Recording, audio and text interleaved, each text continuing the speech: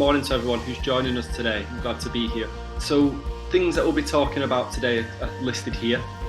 So we need to talk about how we move from graduate to internship and what you need to know. We need to talk about the next steps and what that can involve being in the UK. And then we can talk a little bit about specialty training pathways here in the UK and career opportunities that can present for you. And at the end, we'll have a little Q&A session and talk about how the med prep specifically can help you guys in terms of furthering your journey. So UK medical training after graduating, so after someone gets their medical degree, they will do a 2-year foundation programme or an internship. That will cover a broad range of specialties, giving you experience in medicine, in surgery, in general practice and family medicine, and in specialties such as anaesthetics and psychiatry. After this, you then apply to your core level training, which is generally 2 to 3 years and is a subspecialty training, thinking about things like a branch of surgery or medicine or general practice. And then after that, the next step is specialty training, where you'll do a specific specialty within that area, be that cardiothoracic surgery, be that general surgery, be that respiratory medicine. At the end of this, you'll get a qualification that enables you to work as a consultant here in the UK. But what we're going to sort of focus on a little bit more today is from the journey from a graduate to completing your internship, which is known as a foundation year pathway in the UK. So the UK foundation programme is for new medical graduates. So if you've done your internship abroad, you might not be eligible to perform it here, and you might be able to apply directly to your core training posts. However, some internships might not be eligible, and therefore you can do your foundation training and internship here in the UK. Starting the medical career in the UK rather than abroad is actually a really useful place to do it. This allows you to get used to the UK system. It allows you to get a really broad base of training and lots of exposure to different specialties, to give you a broad knowledge base, but also broad exposure to different careers and different options that you might not have necessarily considered before. It's a very well supported system with lots of senior support from senior trainees and consultants at all times.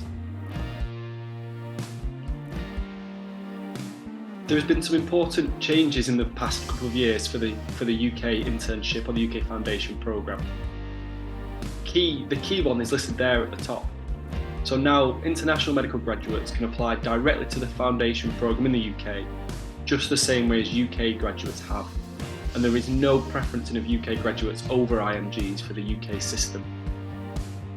You don't necessarily need the right to work in the UK before you apply. That can be sorted during the process. And all IMGs must prove that they can speak English well, no matter where they're from. There are a number of exams that we can sit to prove this, and the med prep can help you with these, in that finding the right ones and tutoring for this as well. There's also no age limit to applying for the foundation programme. So if you meet the requirements, you can apply at any age, providing you've graduated from medical school and an eligible candidate. So the UK Foundation Programme, or the UK Internship, is a 2-year course. Your graduation has to be no later than September 2024 to start this year, and it will be September each year to start that year. And as we mentioned, you need to be proficient in English language and be able to prove that. Once you know that you're eligible, you need to pass the new UK MLA AKT exam by the end of that year, and that replaces PLAB Part 1. You also need to pass the CPSA exam, which replaces the OSCE component of PLAB Part 2 by the end of May of that year, to start the programme in August. All the foundation programme, all the UK internship programmes start in August. It's the first Wednesday of August every year. The salary is listed there at the bottom, so £32,000 Great British pounds as a base salary. But in reality, actually, you'll earn much more than this, because you'll get paid extra for working any night shifts, any weekends, any evenings. So actually that earning potentially is significantly higher than that right from the very start, and the whole internship is a paid internship.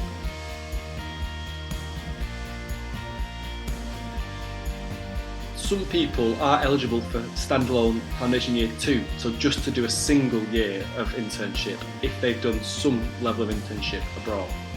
So this means you just join the UK Foundation Programme 2-year programme halfway through and just need to do one extra year.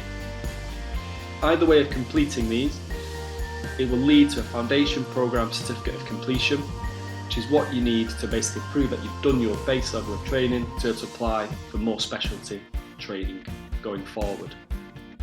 As I mentioned, all jobs for the UK programme start in August, the first Wednesday of every August, and applications open every year in January. Typically, there are around about 350 jobs a year for IMGs, but that can vary slightly. But as a general answer, there are more training posts than there are UK graduates each year, meaning that all UK graduates will get a job, and around 350 international graduates will also get a job each year. If we speak a little bit now about the specialty training pathways, which are what happen after you've completed your internship. So once the internship is completed, you're eligible to apply for some core level training. And as we said, this is the beginning of specialist training in the UK. What happens depends slightly on the specialty, but as a general rule, people will either subspecialise in surgery, in medicine, or in general practice. This is typically 2 to 3 years and then allows you to apply for subspecialty, very specific training after that.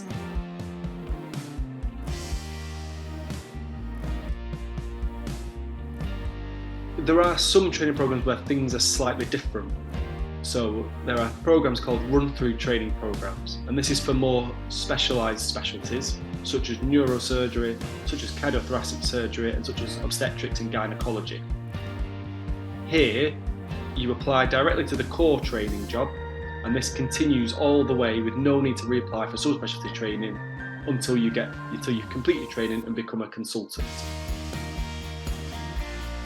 What this means is that there's only one application after you've completed your internship as a barrier between completing foundation training and becoming a consultant here in the UK.